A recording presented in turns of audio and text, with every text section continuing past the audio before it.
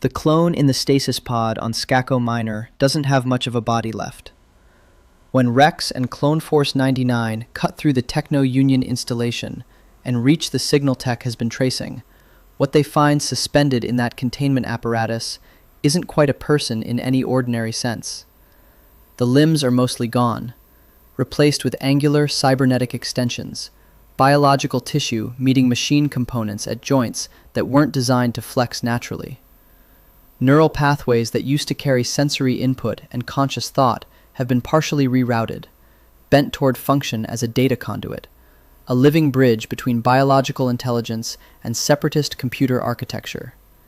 He's been suspended in that pod for months, fed just enough nutrients to keep the organic components operational, kept alive not out of anything resembling concern for his well-being, but because he's useful as a processing unit. The Techno Union has been routing encrypted Separatist transmissions through his neural interface without his knowledge, using his own memories and Republic tactical training as a signal source, while his body slowly loses the capacity to be anything other than a machine. His name is Echo. Designation CT-1409. And the Techno Union, without knowing it, without caring at all, has done something to him that Palpatine's entire inhibitor chip program couldn't undo. Echo wasn't born special. No Kaminoan geneticist flagged his development. No training evaluation assigned him to an experimental cohort. He was CT-210408 in Domino Squad, a training unit on Kamino that failed its graduation simulation badly enough that the instructors nearly washed them all out as a group. 3 of his 4 squad mates died in the Rishi Moon engagement. Droidbait cut down by commando droids in the station's opening seconds. Cut up taken by a Rishi eel before anyone had time to react. Heavy holding the position at the signal beacon until it was the last option remaining, and he chose the one that counted. Echo and Fives survived. They distinguished themselves at the Battle of Kamino, defending Topoka City against a full Separatist assault, and they earned ARC trooper promotions together after the fighting. The same rank, a new designation. Echo became CT-1409, decorated and inducted into the 501st Legion, one of the best soldiers in a unit full of exceptional ones. The mission to Lola Sayu ended that story. The Citadel was a Separatist detention facility engineered to hold Jedi, and the rescue operation targeting Jedi Master Even Peel required penetrating it. During the engagement, Echo was caught in a massive explosion near a docked ship. What remained at the scene was his helmet. Rex and the rest of the team walked away believing he was gone. What had actually happened? He was captured alive, cataloged as useful raw material, transferred to Skako Minor, and delivered to Wat Tambor of the Techno Union. They had been looking for a way to leverage the Republic's own military intelligence against it, and a living ARC trooper carrying detailed knowledge of Republic tactics, communications protocols, and unit capabilities was exactly the kind of asset worth building around. The ship explosion had done significant physical damage, which gave the Techno Union a practical starting point: biological components that were already destroyed and needed replacing. What they installed in their place wasn't a prosthetics program, it was conversion. Progressive cybernetic replacement of damaged organic systems, neural pathway rerouting through machine architecture to create the data interface capability Tambor wanted, an interface in his arm giving him direct access to computer systems. Months of captivity, months of modification, months of being processed for signals intelligence, while the war he'd been grown to fight continued without him. When Rex cuts that pod open and looks at the face inside, recognizes the same person from Domino Squad, from the 501st, from Rishi Moon, from the explosion on Lola Sayu, he's looking at someone he's spent years believing was dead. The recognition and the horror of what has been done to the living version exist in the same moment, and the show doesn't rush past them. After his rescue, those cybernetics were upgraded, made less visually prominent across most of his body, though the interface in his arm remained. On Anaxis, he used that interface to insert himself directly into Admiral Trench's Dreadnought network and sabotage it from inside, turning the weapon the Techno Union had made of him against the Separatists who installed it. That mission earned him the designation Hero of Anaxis. Hunter, Clone Force 99's squad leader, offered him a place in the unit afterward. Echo had an inhibitor chip. Every clone grown on Kamino had one. Implanted during development, stored dormant, designed to activate on a single encrypted command and override the clone's identity, loyalty, and independent judgment in a targeted mission to eliminate the Jedi Order. Nothing about Echo's biology before the Citadel mission would have made that chip harder to reach. Canon doesn't contain a scene in which Echo, or anyone else, explicitly confirms that the Techno Union modifications destroyed the chip's function. What canon confirms is that Echo survived Order 66, and that his biological architecture had been substantially rebuilt by a foreign faction, with no knowledge of and no interest in preserving any Kaminoan installed system. A chip designed to interface with standard Kaminoan biological engineering, routing a pulse through unmodified clone neurology, was operating in a body that no longer ran on that architecture in the areas the chip required. The inference that the modifications disrupted the chip's function follows directly from the confirmed facts, without needing explicit on-screen confirmation to be the most logical reading of the evidence. He didn't resist. He didn't fight his way free through some act of will the hardware couldn't override. He was a prisoner being processed for signals intelligence, and the people torturing him accidentally rebuilt him into something their own kill switch couldn't reliably reach. His subsequent choices, to keep fighting, to rejoin Rex, to use what was done to him against the system that did it, those belonged to him. The survival itself didn't. That accident is what this video's title is referencing. And you can't understand why it matters, why the accident is worth naming at all, without first understanding what wasn't accidental. 5 categories structure this list: active chip resistance, canonical genetic mutation, external modification, late imperial defection, and passive absence. Every name on it sits clearly in one of those columns. The columns aren't morally equivalent, and the gulf between them is the real subject here. Nothing on this list makes sense without 5s. ARC 5555, designation CT-1409, began in Domino Squad the same way Echo did, a cadet trained for a war he'd been grown to fight, in a unit that had to claw its way back from near washout to earn its place. By the 6th season of the Clone Wars, 5s had survived campaigns that killed most of the clones he'd started alongside. He'd earned his ARC designation at Kamino. He'd carried Heavy's death, and Cut-Up's death, and the weight of Rishi Moon forward into every subsequent engagement. He'd accumulated the kind of trust in the Republic that comes from fighting for it long enough to believe the structure is worth what it costs. Not naive faith, but the working conviction of someone who has bled for the institution and seen it function. The incident at Ringo Vinda is where that faith began to cost him everything. During a ground engagement on the space station orbiting Ringo Vinda, a clone trooper named Tup suffered a sudden internal breakdown. Not a battle wound, not an external chemical attack, but a malfunction coming from inside him. His behavior became erratic and violent in ways that standard combat stress couldn't account for. He killed a Jedi general, Tiplar, in front of his entire unit. 5s was there. He watched a soldier with no apparent reason to turn on his own commanders, follow some internal instruction that overrode his identity, his loyalty, his years of service, follow it completely and without visible conflict. The Republic's medical apparatus moved quickly to classify it as an isolated biological anomaly, a tumor, a genetic defect, something that could be contained and categorized without requiring any structural examination of the clone program itself. 5s refused that explanation. He requested to have his own chip examined, the same chip that every clone had installed during development, the same chip no one had ever looked at closely because no one had been given a reason to.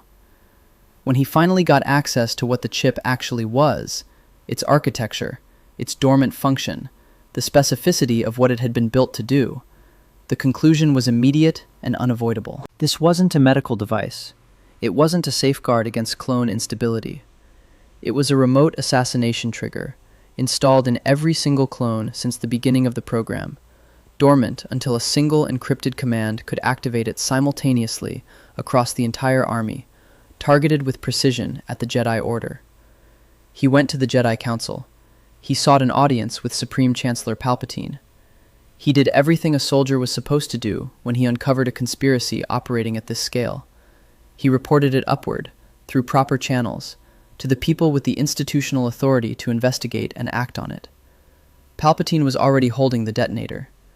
What followed was one of the more precisely calibrated pieces of institutional manipulation in the entire Clone Wars arc, moving so quickly through so many simultaneous channels that Fives never had a moment to stabilize or find a position he couldn't be dislodged from. The medical officer overseeing his examination was managed.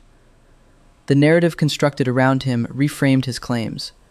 Not a soldier who had discovered a critical intelligence threat, but a clone whose mind had been compromised by the thing he was trying to expose.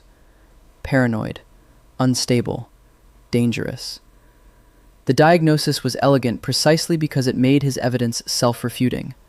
The more agitated he became trying to convince people, the more the diagnosis appeared confirmed. Medical authority, command structure, administrative process. Each layer of institutional response closed around him in sequence, each potential ally neutralized or moved out of reach before he could get to them. He ended up in a warehouse on Coruscant with no recording, no official witness, no one left but Rex. Rex was listening as hard as he could. Fives was working against a clock he could feel running out, trying to transfer information in whatever seconds remained, speaking to a man he trusted completely about a conspiracy so large and so precisely engineered that Rex couldn't have understood it in the time available, even if nothing else had been working against them. Fives reached for one of Rex's discarded blasters. Commander Fox shot him in the chest. Rex held him as he died. The mission, the nightmares, they're finally over. Earlier in that same confrontation, with whatever breath he had left before the end, Fives had said, It's bigger than any of us, than anything I could have imagined. I never meant to. I only wanted to do my duty." Rex later told Echo what Fives had tried to do. He admitted that at the time, he hadn't understood the warning. Couldn't have. The window between Fives' discovery and Fives' death was too narrow. The machinery working against him too sophisticated. The manipulation too specifically designed to prevent exactly this kind of knowledge transfer. He was right about everything. He had the evidence. He had the clarity. He had the will to push it through every channel available to him, and the system swallowed it whole and killed him for the attempt. The clones on this list who survived because their chips were surgically removed owe the possibility of that removal to Fives. He proved the chip existed and identified what it was. The ones who fought the activation signal long enough to get help were working with fragments of information that trace back to what Fives died trying to hand over. Even Kix, the 501st medic who ends up frozen in a stasis pod, which we'll reach, was actively investigating the inhibitor chip conspiracy alongside Fives before his capture. The man who came closest to changing the outcome was removed from the story by chance, preserved while the thing he was trying to prevent executed on schedule around him. You don't get Rex's story without Fives' death. Start there. CT-7567 had been carrying Fives' warning for roughly 3 years by 19 BBY. He couldn't act on it without evidence, couldn't verify it without accusing the entire clone program of being a pre-planned assassination system aimed at the people he served alongside daily. But he kept a log, private, careful, documenting his concern about the chips and what Fives had told him in those last desperate minutes on Coruscant. That log is the mechanical reason Ahsoka Tano is alive at the end of the Clone Wars. When the command pulse activates aboard Rex's Venator, the episode Shattered, the penultimate chapter of the entire series. The ship is fully crewed, Ahsoka is aboard, and there is no warning that this specific moment is the moment Palpatine has been building toward for more than a decade. The chip does exactly what it was engineered to do. It begins converting Rex from the person who trained every soldier on that ship into the weapon installed inside him at birth. What happens in the seconds that follow is one of the most precisely observed sequences in the entire series. Rex doesn't simply switch, he fractures. The chip drives his first-order responses, his body, his trigger, his physical orientation, toward Ahsoka, while something underneath, the thing that has been Rex across years of service and loss and accumulated identity, remains present and fighting. He sheds a tear. He looks at Ahsoka with an expression that is simultaneously a warning and an attempt at assassination, both occupying the same face at the same moment, the conflict visible before the compulsion gains full ground. Academic analysis of this sequence identifies the specific dynamic. The chip captured Rex's first-order behaviors, while his second-order desires, his values, his actual self, were still coherent underneath, fighting from below the mechanism. He's not absent. He's watching. He's aware of what is happening to him and can't stop it alone, which is a different and worse thing than simply being switched off. She finds his log first, the private record he kept of Five's warning, the concern he documented over 3 years because he didn't know what to do with the knowledge, but couldn't bring himself to let it go. She decrypts it. She then incapacitates him before the chip completes its work, and performs the chip removal under emergency conditions, on a warship already beginning to turn against her, with clones executing Order 66 in every corridor outside the room where she's operating on her closest ally. What comes back from that surgery isn't simply a man without a chip. It's a man who was fully conscious while his body tried to kill the person he'd spent years protecting, who knows exactly what the activation felt like from the inside, who carries that specific knowledge forward into everything that comes after. Rex reclaims his identity not through a clean restoration, but through the return of self-determination to someone who almost lost it permanently and knew it while it was happening. He gets his chip out. He picks up his blaster. He goes back into the ship's corridors, where clones he trained and served with are still executing the order, and he goes to try to reach whoever might still be reachable. He couldn't reach everyone. Jesse was 501st Legion. Years of shared service with Rex, the same campaigns, the same losses, the kind of accumulated loyalty that should have been among the hardest things in the galaxy to override. When Order 66 activated, Jesse's chip did what Rex's was trying to do. Not partially.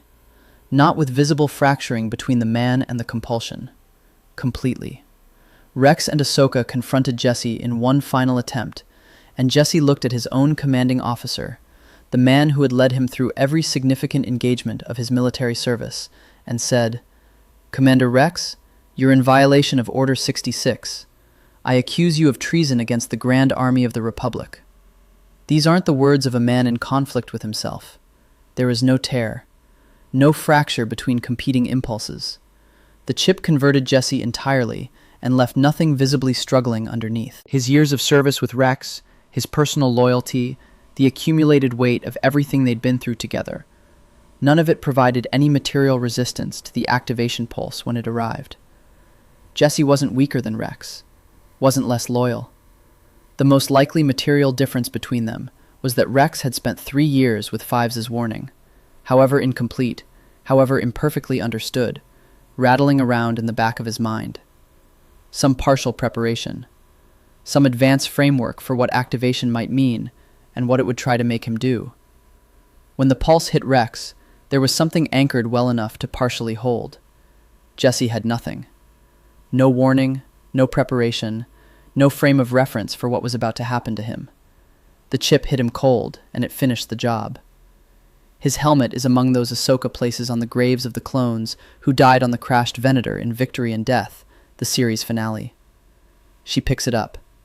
She sets it down in the row. The show understands, precisely, that Jesse's death, the death of a loyal soldier who tried to execute his closest commander because a chip gave him no other option, carries a weight that can't be treated as a footnote. And it doesn't. Commander Wolffe, CC-3636, appears on many versions of this list as another example of a clone who chose to resist. And the distinction in his case is worth being specific about. The encounter that defines his position doesn't happen during Order 66 itself. It happens during the Bad Batch era, on Teth. Rex and Clone Force 99 encounter Wolffe's unit, and Rex appeals to him directly, invoking whatever accumulated trust their years of shared service had built. Wolffe argues with him initially, then orders his men to stand down and lets Rex's group leave. The sources describing his Order 66 behavior at the specific moment the pulse arrived don't resolve his chip status at that moment clearly. What we can observe is what became possible later. When Rex made his case in person, at a distance from the original activation, with time and trust available as variables, Wolffe had the capacity to respond in a way Jesse never could. Jesse and Rex faced each other at the moment of maximum chip activation, with the order live and every compulsion running at full strength. Rex and Wolffe faced each other in a different moment entirely, later, with a different set of conditions and whatever degradation of the original command pulse time had introduced. Jesse is the tragedy of what the chip looked like when it worked completely. Wolffe is a data point about what became possible when the conditions shifted enough for Rex's voice to reach through. Neither story diminishes the other. Clone Force 99's survival of Order 66 sits in its own category, and the reason is explicitly canonical. Due to the genetic mutations of the Bad Batch affecting their inhibitor chips, they weren't obliged to abide by Order 66. The mutations physically interfered with chip function. This isn't a fan theory assembled from behavioral observation. It's the canonical explanation for what happened to Clone Force 99 when the command arrived on Kaller. What becomes genuinely compelling is the relationship between each specific mutation type and the degree of that interference. Because Clone Force 99 weren't uniformly resistant, and the pattern of variation tracks almost exactly to what you'd predict if you understood how the chip was designed to operate. Hunter's mutation enhanced his senses, heightened olfactory capacity, advanced environmental tracking, combat perception operating significantly beyond standard clone parameters. These are neurological functions, deeply integrated into how the brain receives and processes information from the surrounding world. A mutation that restructures sensory processing at the neural level sits in precisely the part of the brain the chip needed to reach and command. Hunter's chip didn't activate on the day. His resistance appeared, from the outside, almost effortless. Tech's mutation gave him greatly increased intelligence, enhanced cognitive processing, rapid multivariable analytical capability, an aptitude for technical and strategic reasoning that, per available sources, raised concerns among the Kaminoans about whether a clone operating at that cognitive level might resist standard conditioning. The concern was more prescient than the Kaminoans likely intended. A mutation that enhanced the specific cognitive functions the chip was designed to override would interfere with its operation at the most foundational level, in the same neural architecture the command pulse was trying to commandeer. Tech's resistance was structural, built into the same brain that made him the squad's analytical mind. Wrecker is where the pattern becomes specifically instructive about what the chip could and couldn't handle. His mutation is primarily physical: exceptional muscle mass, denser bone structure, a body built to generate force far beyond standard clone parameters, capable of feats like lifting a full LA-8E gunship. His mutation didn't substantially alter the neurological architecture the chip targeted. It made him stronger, not different in the regions the command pulse needed to reach. The result plays out on screen across Bad Batch Season 1. Wrecker's chip didn't prevent activation, it delayed it. It gradually flared into life over the course of the season's events, building in strength as the original resistance weakened, until it took sufficient hold that he nearly killed Omega before the squad could perform the surgical removal. Same unit, same canonical chip malfunction, different mutation type, meaningfully different level of protection, and ultimately, insufficient protection on its own. Crosshair is the most instructive case in the entire cohort. His mutation gave him exceptional eyesight and marksmanship precision, enhanced visual acuity, and finer motor calibration for long-range engagement. A physical sensory enhancement, powerful, specifically, for what he was built to do as a sniper. But it doesn't substantially rewire decision-making pathways or the cognitive architecture the chip targets in the way Hunter's environmental perception or Tech's intelligence do. On Kaller, when Order 66 activated, Crosshair's chip did what Wrecker's eventually did. It worked on him. He opened fire on Depa Billaba while the rest of his squad held. The mutation that made him Clone Force 99's deadliest ranged combatant was also, given the pattern of how these mutations correlated to chip resistance, the one that left him most vulnerable on that specific day. This matters enormously for what his arc becomes afterward, and it's the point some analyses have gotten badly wrong, generating corrections from viewers who had actually watched the show. At some point during Bad Batch Season 1, Crosshair's inhibitor chip was removed. He revealed this himself in Return to Kamino, the penultimate episode of Season 1, stating plainly that his chip had been taken out, and that the timing of when it was removed didn't matter.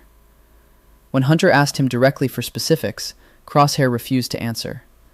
The show's creators confirmed in an interview with StarWars.com that the chip had genuinely been removed, and that the audience had enough information on screen to approximate when. The exact episode has never been explicitly identified. What has been identified is that it happened, and happened before a substantial portion of Crosshair's Season 1 service to the Empire. Crosshair kept serving the Empire after his chip was out, treating his Season 1 loyalty to Imperial service as the behavior of a man still running under a malfunctioning chip misreads what the show established on screen. With his chip removed, Crosshair looked at the structure being built around him, the Empire replacing the Republic, Clone Force 99 treated as deserters, the new order taking shape, and chose to be part of it. He thought his squad had made the wrong call. He believed in what he was serving. Whatever that looks like from the outside, and it doesn't look uncomplicated, it was genuinely his position. Not hardware, conviction. His eventual defection from Imperial service is therefore among the purest acts of free will on this entire list. Not a chip removal freeing him from compulsion he couldn't control. Not a genetic mutation that made resistance structurally easier before any act of will was required. A person who had already demonstrated the capacity to choose the Empire without any biological mechanism pushing him there. Looking at what he'd built and deciding, finally, that he'd been wrong. Crosshair changed his mind. That's harder to celebrate than Rex's arc, and probably more honest about what free will actually involves, including when it goes in the wrong direction first. The full weight of Echo's accident is easier to feel now. CT-1409 carried a chip like every other clone born on Kamino. Same developmental stage, same installation, same dormant switch waiting for the pulse. Nothing about his biology before the Citadel mission would have made the chip harder to reach. When the Techno Union received him on Skako Minor, they were working on a body that had been partially destroyed in an explosion and was available for modification. They weren't neutralizing Kaminoan engineering. They had no reason to think about it. They were building a signals intelligence asset, and the chip was irrelevant to everything they were trying to accomplish. The modifications they installed over months of captivity were structural. Progressive cybernetic replacement of destroyed organic systems, neural pathway rerouting through machine hardware to create the data interface function Tambor required, a new architecture built in the places the original biology had occupied. The chip that Palpatine had installed was sitting somewhere in that rebuilt system, waiting for a command pulse that would need to route through pathways the Techno Union had since repurposed entirely. After his rescue and the upgrade of his cybernetics, Echo used that interface to defeat Admiral Trench from the inside of his own network. Hunter offered him the spot in Clone Force 99. By 19 BBY, Echo was operating as part of a squad that would have been resistant to Order 66 through their own mutations regardless. But his resistance, to whatever degree it existed, came from a different source entirely. Not neurological disruption caused by genetic variants, but architectural modification caused by sustained captivity and experimentation at the hands of the enemy. He didn't know any of this. He didn't engineer any of this. The most sustained violence committed against Echo during the Clone Wars was simultaneously, as an unintended side effect, the thing that kept him free when Palpatine's switch was thrown. CT-6116 shares a specific and painful connection with Fives. Kix was a medic in the 501st Legion, same unit as Rex, as Jesse, as Fives, and he was one of the people actively investigating the inhibitor chip conspiracy alongside Fives before Fives died. Not as a distant colleague who'd heard second-hand accounts. He had access to Fives's findings and the medical training to push the investigation further.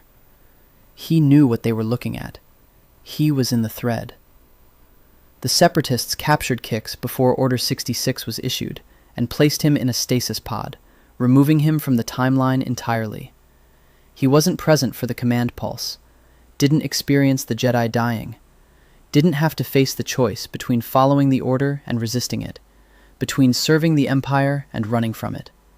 He was frozen at whatever point during the investigation his captors caught up to him, and preserved in stasis while decades of galactic history accumulated around him. He survived into a period long after the Clone Wars, identified in the records as a relic clone, a survivor from an age the galaxy had largely moved on from, awakened into a context he had no framework for understanding.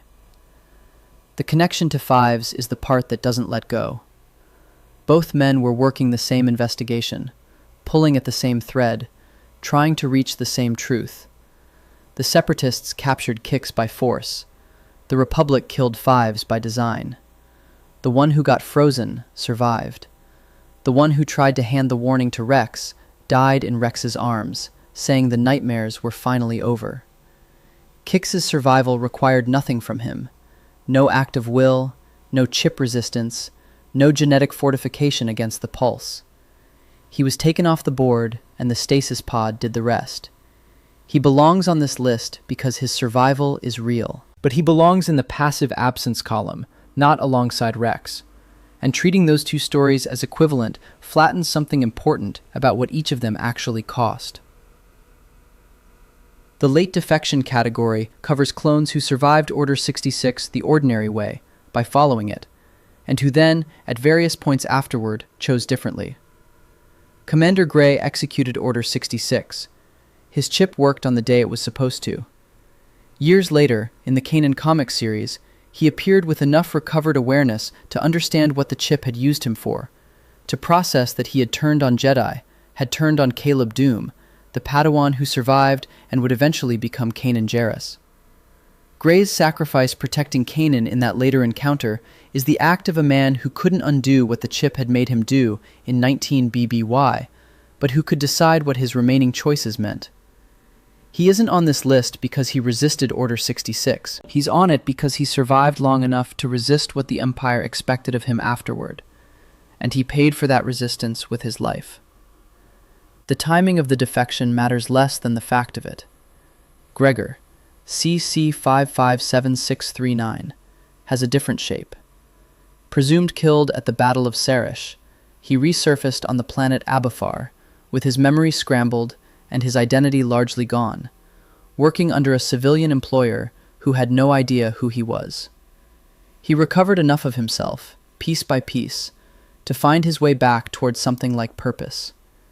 He eventually joined the informal network of clone veterans who had outlived their usefulness to the Empire, appearing alongside Rex and Wolffe in the later Rebel period.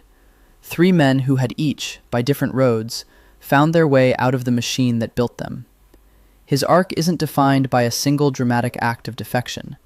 It's defined by the slow, stubborn work of reassembling an identity after the war tried to erase it. Commander Cody, CC 2224, is the most recognizable omission from any analysis claiming to cover every clone on this list, and his absence is a visible inconsistency in how the late defection category gets applied. Cody gave the order on Utapau. He turned to his men on that clifftop and commanded them to fire on Obi-Wan Kenobi. That moment is in Revenge of the Sith. His face gives the command. His name is attached to one of the most brutal Order 66 executions visible in the film, and he is one of the most recurring clone commanders across the Clone Wars, present through enough of the series that his face and his voice carry specific weight for anyone who has actually watched it. In Bad Batch Season 2, Cody reportedly appeared and broke from Imperial service, placing him in exactly the same late defection category as Gray and Gregor. The granular specifics of that episode and the precise circumstances of his departure aren't fully confirmed from the sources this script is working from, and that caveat belongs here. But if late defection from the Empire is the qualifying criterion, and it should be, because eventual resistance carries moral weight regardless of when it arrives, then Cody meets it by exactly the same logic that covers Gray and Gregor. An analysis that includes those two, while omitting the man who ordered the shot on Obi-Wan Kenobi, has applied its own standard inconsistently. The man on that Utapau clifftop in 19 BBY, and the man who reportedly walked away from Imperial service years later are the same person, and a list titled Every Single Clone that doesn't contain his name has a hole in it that should be obvious. Step back from all of it and ask what the list was built to answer. Which of these clones actually chose to be free? Rex chose. Not cleanly.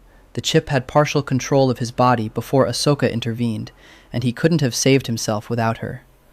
But everything that preceded that moment was accumulated choosing, keeping Five's warning when he could have dismissed it, maintaining the private log, fighting the activation signal at the moment it arrived, rather than surrendering to it. When Ahsoka removed his chip, she was completing an act of resistance Rex had started 3 years earlier, in the seconds after Fives said the nightmares were finally over. The surgery was the end of a process, not the whole of it.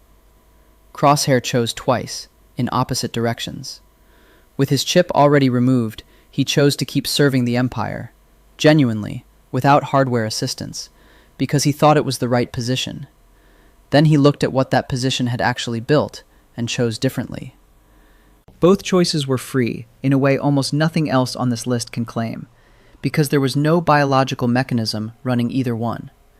His defection can't be attributed even partly to chip removal or genetic disruption. He changed his mind. That is, in the moral accounting of this entire list, almost everything, and it's harder to celebrate than Rex's story specifically because it requires accepting that free will includes the wrong choices first, and that changing them afterward still counts. Gray chose in the aftermath, not on the day. The chip worked on him completely. His choice came later, framed as penance, a decision about what the remaining time would mean when nothing could undo what had already been done. That is a different shape of moral weight, not a lesser one. The Bad Batch had choices structured for them at a genetic level. Their mutations made the chip malfunction before any act of will was required. They still chose what to do with the freedom that followed. Hunter chose to protect Omega. The squad chose to defect. Wrecker eventually chose to get his chip surgically removed before it finished the job it had started. But the initial resistance was biological, not volitional. The door was open before any of them decided to walk through it. Kix never had a chance to choose at all. He was removed from the timeline. Echo didn't know he was being saved. His liberation from Order 66 was a side effect of captivity and experimentation, caused by enemies who had no idea what they were inadvertently preventing. And Fives, who isn't on this list because he died 2 years before the Order arrived, was the one whose choices cost the most.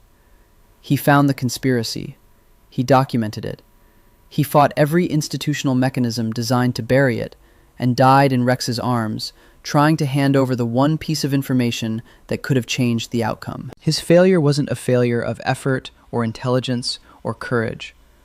It was a failure of timing against an opponent who had spent decades engineering this exact scenario, and who was standing in the room when Fives tried to report it. The clones who received the most recognition in this fandom aren't always the ones who faced the hardest choices. Rex's arc is celebrated because we watched it in real time.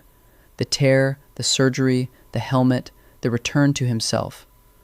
Crosshair's arc is more morally complex and less emotionally satisfying because it requires accepting that a person can choose wrongly and then choose differently, and that both choices are real. Kix and Echo are on this list because their survival is genuine, not because they did anything heroic at the moment the Order arrived. Jesse isn't on this list, and the only material difference between him and Rex may have been 3 years of inadequate, incomplete, ultimately insufficient warning lodged in the right skull when the pulse came through. That's what Order 66 actually cost the galaxy. Not just the Jedi, but the clones' right to be people who made their own decisions. The ones who recovered some version of that freedom, through surgery, mutations, accident, frozen time, or simply outliving the Empire long enough to walk away from it. Each paid a different price. Some of them earned it. Some had it handed to them by circumstances they didn't control. Some barely knew it was happening while it happened. That's not one story. It never was. Subscribe for more stories like this.